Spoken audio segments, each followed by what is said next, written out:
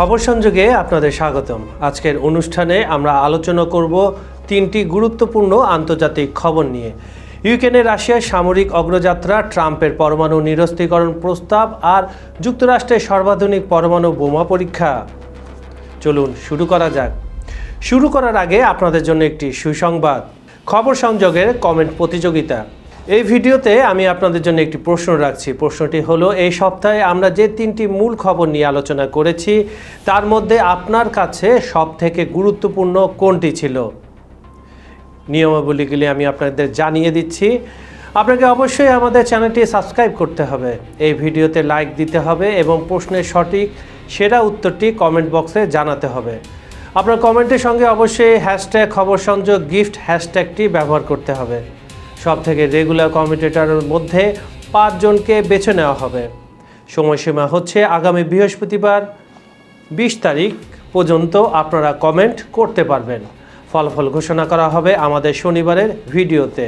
চলুন তাহলে শুরু করা যাক।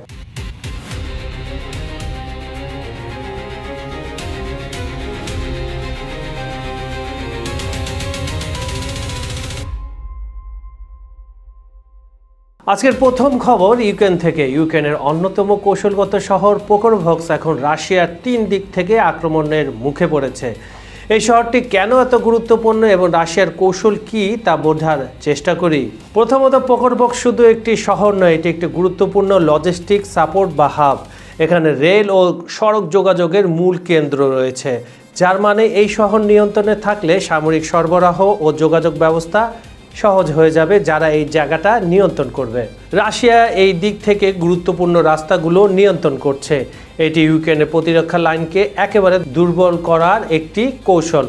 দক্ষিণ দিক থেকে রাশিয়া ড্রোন ও বিমান হামলা ব্যবহার করে সরবরাহ লাইন কেটে দেওয়ার চেষ্টা করছে। বিশেষভাবে উল্লেখযোগ্য যদি আপনি ধরেন, তবে তারা ভবচা নদীর উপর 2টি ব্রিজ ধ্বংস করে দিয়েছে, যা ইউক্রেনীয় পণ্য সরবরাহকে মারাত্মক ক্ষতি করতে পারে। তাদের সাপ্লাই চেন ক্ষতির মুখে পড়তে পারে। পশ্চিম দিক থেকে রাশিয়া দাবি করছে তারা 4 দিক থেকে শহরটি ঘিরে ফেলছে। এর মানে হলো তারা পোকরোভস্ককে সম্পূর্ণ অবরুদ্ধ করতে চাইছে। রাশিয়া প্রায় 1,10,000 সৈন্য এই অঞ্চলে মোতায়েন করেছে। এটি একটি বিশাল সংখ্যা এবং রাশিয়ার গুরুত্ব এখানে কত, এই সৈন্য সংখ্যা দেখলে আপনারা বুঝতে পারবেন। ইউক্রেন বিশেষ অপারেশন ইউনিট পাঠিয়েছে, তবে বিশেষজ্ঞরা বলছেন তাদের জনবল ও সরবরাহ সীমিত এবং প্রতিরক্ষা লাইন খুব সুসংগঠিত নাও হতে পারে।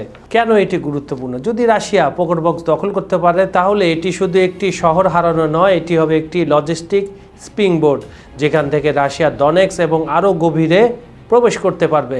এটি ইউক্রেনের প্রতিরক্ষার জন্য বড় ধাক্কা হবে। এদিকে মার্কিন প্রেসিডেন্ট ডোনাল্ড ট্রাম্প একটি বড় প্রস্তাব দিয়েছেন। তিনি রাশিয়া ও চীনের সাথে পরমাণু অস্ত্র কমানোর বৈঠক করতে চান। এটি একটি আশাব্যঞ্জক উদ্যোগ হতে পারে, তবে বাস্তবতা কতটা সম্ভব তা ভাবা যেতে পারে। এয়ারফোর্স ওয়ানে সাংবাদিকদের সাথে কথা বলার সময় ট্রাম্প বলেছেন তিনি পরমাণু অস্ত্রমুক্তকরণ চান এবং এর জন্য শীর্ষ 3 পরমাণু শক্তিধর দেশ যুক্তরাষ্ট্র, রাশিয়া ও চীন এর মধ্যে একটি বৈঠক আয়োজন করতে চান। বর্তমান অবস্থা কি বলছে? ট্রাম্পের দাবি অনুযায়ী যুক্তরাষ্ট্র 1 নম্বর পরমাণু শক্তি, রাশিয়া 2 নম্বর এবং চীন 3 নম্বর। তবে তিনি সতর্ক করে দিয়েছেন যে 4 বা 5 বছরের মধ্যে চীন যুক্তরাষ্ট্রের সমান হয়ে যাবে। কেন এই প্রস্তাব গুরুত্বপূর্ণ? এই মুহূর্তে বিশ্বে পরমাণু অস্ত্র নিয়ন্ত্রণ নিয়ে চারদিকে উদ্বেগ বাড়ছে। ইউক্রেন যুদ্ধ হচ্ছে, মধ্যপ্রাচ্যে সংকট চলছে, আর চীনের ক্রমবর্ধমান সামরিক শক্তি সব মিলিয়ে পরিস্থিতি একেবারে উত্তপ্ত করে তুলছে। এমন সময় ট্রাম্পের এই প্রস্তাব একটি নতুন সংলাপের সূচনা করতে পারে, তবে বাস্তবে এটা সম্ভব কিনা এটা ভেবে দেখা উচিত। রাশিয়া ও চীন এই ধরনের বৈঠকে রাজি হবে কিনা তা নিশ্চিত নয়, এটাই হলো প্রথম কারণ। তারপরে বর্তমান ভূ রাজনৈতিক যে উত্তেজনা চলছে তার মধ্যে 3 দেশের মধ্যে যে বিশ্বাসের অভাব রয়েছে। তবে যদি এই বৈঠক হয় তাহলে এটি পরমাণু নিরস্ত্রীকরণের দিকে একটি বড় পদক্ষেপ হতে পারে। সবশেষ গুরুত্বপূর্ণ খবরটি কি আছে শুনে আসি। ট্রাম্প যখন পরমাণু নিরস্ত্রীকরণের কথা বলছেন, ঠিক সেই সময় যুক্তরাষ্ট্র তাদের সর্বাধুনিক পরমাণু বোমা B6112 পরীক্ষা করেছে। এটি কি স্ববিরোধী নয়? আপনাদের কি মনে হয় কমেন্টে লেখেন। গত আগস্টে নোভেডায় B6112 কৌশলগত তাপ পরমাণু বোমা সফলভাবে পরীক্ষা করা হয়েছে, তবে এটি ছিল ওয়ারহেড ছাড়া, মানে প্রকৃত পরমাণু বিস্ফোরণ নয়, বরং বোমার বিতরণ ব্যবস্থা এবং কার্যকারিতা পরীক্ষা করাই ছিল এর মূল উদ্দেশ্য। 19 থেকে 21 আগস্ট পর্যন্ত পরীক্ষা চলে। আমেরিকার পঞ্চম প্রজন্মের F-35 স্টেলথ ফাইটার জেট থেকে নিষ্ক্রিয় ওয়ারহেড সহ বোমা ফেলা হয়। এটি করা হয়েছিল ন্যাশনাল নিউক্লিয়ার সিকিউরিটি অ্যাডমিনিস্ট্রেশনের সমন্বয়। আর এতদিন পর নভেম্বরে এই রিপোর্টটি সামনে এসেছে। B6112 কি? এটি যুক্তরাষ্ট্রের সবচেয়ে আধুনিক কৌশলগত পরমাণু অস্ত্রগুলোর একটি। এটি F-35 সহ বিভিন্ন বিমান থেকে নিক্ষেপ করা যায় এবং এর নির্ভুলতা অত্যন্ত বেশি। এটা পিন পয়েন্টে যে আঘাত করবে, যেভাবে আপনি তাকে নির্দেশনা দিবেন। 2024 সালের শেষে এই বোমার মেয়াদ 20 বছর বাড়ানো হয়েছিল। এখন প্রশ্ন হলো, ট্রাম্প যদি পরমাণু অস্ত্র কমাতে চান, তাহলে যুক্তরাষ্ট্র কেন সর্বাধুনিক পরমাণু বোমা পরীক্ষা করার তোড়জোড় করছে? উত্তর যদি খুঁজতে চাই, তাহলে সামনে আসবে শান্তির জন্য শক্তি নীতির অংশ। যুক্তরাষ্ট্র মনে করে শক্তিশালী থাকলে তারা নিরস্ত্রীকরণের টেবিলে কথা বলার ক্ষমতা রাখে। সমালোচকরা বলছেন এটি পরমাণু প্রতিযোগিতাকে আরও উস্কে দিতে পারে। এবার চলুন 3টি খবরের মধ্যে যে বিষয়গুলো মিল আছে তা দেখে নেই। ইউক্রেনে রাশিয়ার আক্রমণ দেখাচ্ছে যে ভূ রাজনৈতিক উত্তেজনা কমছে না, বরং বাড়ছে।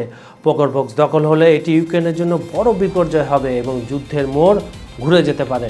ট্রাম্পের পরমাণু নিরস্ত্রীকরণ প্রস্তাব একটি আশাব্যঞ্জক উদ্যোগ হতে পারে, তবে বাস্তবতা হলো রাশিয়া ও চীনের সাথে বিশ্বাসের সম্পর্ক তৈরি করা অনেক কঠিন।